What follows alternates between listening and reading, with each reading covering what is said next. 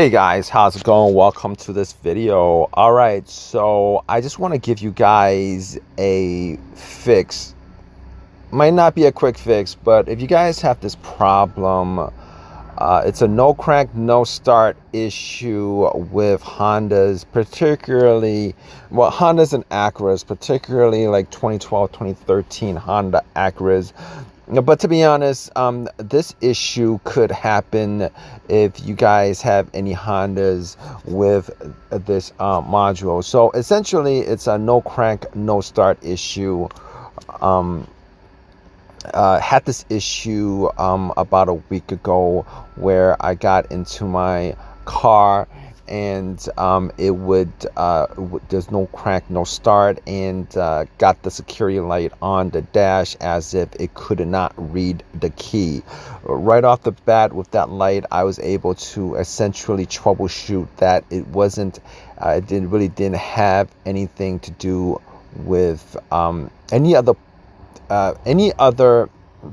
particular issue with the car. Now, sometimes a low battery could cause this issue, but the battery was changed out recently and made sure that the terminals were clean and they were tight. And if you guys run into any of these situations with crank no start issues, no crank no start issues, you guys should definitely just just to troubleshoot and cross stuff off the list of things to look for. Definitely start with the battery, make sure the terminals are clean, make sure the battery is good, make sure that the terminals are tight. There's a large percentage of these crank no start, no crank no start issues that actually is caused by something as simple as a loose battery terminal or a corroded battery terminal. But that's not the case in this situation. All right. So basically, in this particular situation, if you guys have that light, that security light on your dash with this particular set of conditions, it's a no crank no start with the light on, you would suspect that it would have something to do with either the fob key or the remote itself. Maybe a dead battery, maybe a low battery on the remote, maybe for whatever reason the fob key isn't read by your car's computer because of a glitch or something like that. Now, in these situations, if you guys have a dead battery, if you guys have a remote that for whatever reason has issues sending out a signal to the car that the key is in the car, what you want to do is you want to just, even with a dead battery, you could actually start your car by actually touching the remote, one corner of your remote, to the push start itself. You guys can definitely do that. All right, and you guys might need to try it a couple of times, but most of the time it's gonna start the vehicle. Now, in this situation, I played around with it a couple of times, and it was able to start the vehicle.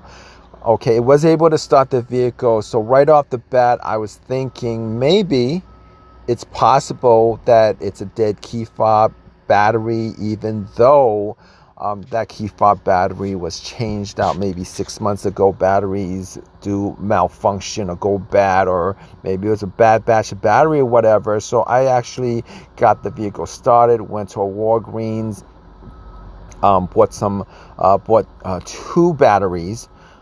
And I replaced the battery that I had, and it was working fine until a couple of days ago when the same condition happened. So I was like very, very confused by it and tried to start it, and it would start up, and then throughout the day it wouldn't start up. I would have to continually, with the corner of the remote,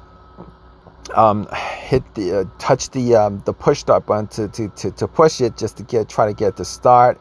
It would start, sometimes it wouldn't start, but it got to the point where it just wouldn't start, and I'd have to play around with it with different areas of the remote many times to try to get it to start.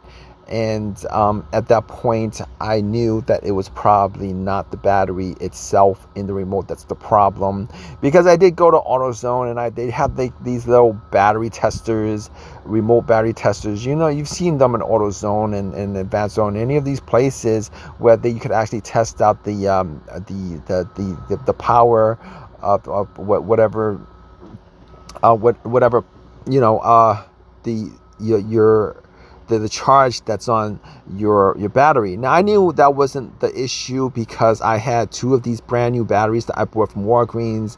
I swapped the second one out, you know, just in case. You know, like, it was 99% sure it was in the battery at that point. But anyway, got back into the car, and you know, at that point, I knew it was either the fob key that had issues, or the fob key remote. I had a second fob key remote, and a second set of keys that I actually tried using it, and it was the same situation that came up. Now 99% of these situations, it's the fob key remote that's the problem. 99 the fob key remote battery, I mean, that's the problem. That's like 99% of the situation. But in this situation, that's not the case, and you guys run into this situation where you know, you guys changed out the battery, and you guys have this condition where you guys try starting it by pushing the push start with the remote, and it starts sometimes it doesn't start, sometimes it starts, sometimes it doesn't start. You got to play around with it.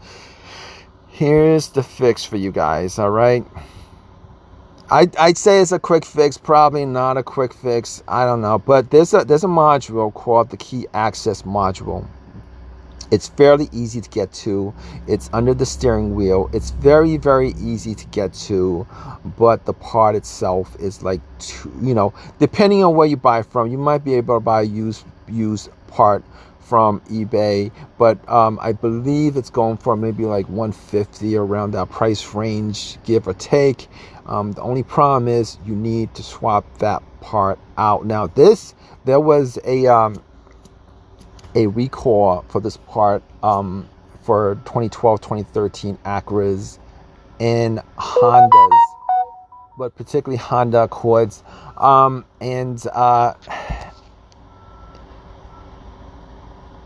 but it's you know, this situation for those years is common enough. But you know, you could have this situation for other Hondas and Acuras of other years. But if you guys have the situation, what you guys want to do is, and this situation is just for this particular set of issues, conditions, particularly if you pretty much troubleshoot everything, and you've gone to the situation where you can't particularly figure out anything else that could be causing this situation. You guys should definitely look into swapping that out, particularly for 2012, 2013 Hondas and Acuras, because this module, this access module, has a defect in it, and if you guys swap it out, you guys definitely need to reprogram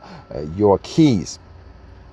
All right, so I swapped out the module, and the keys were reprogrammed, and it's been working fine ever since. It starts up, no problem. Haven't had an issue since.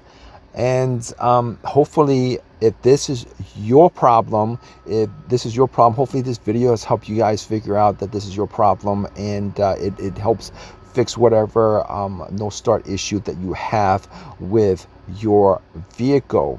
All right, and if you guys have any of your own personal experiences with this, definitely leave a comment in the comment section. Please subscribe, please give me a thumbs up, and take care, guys. All right.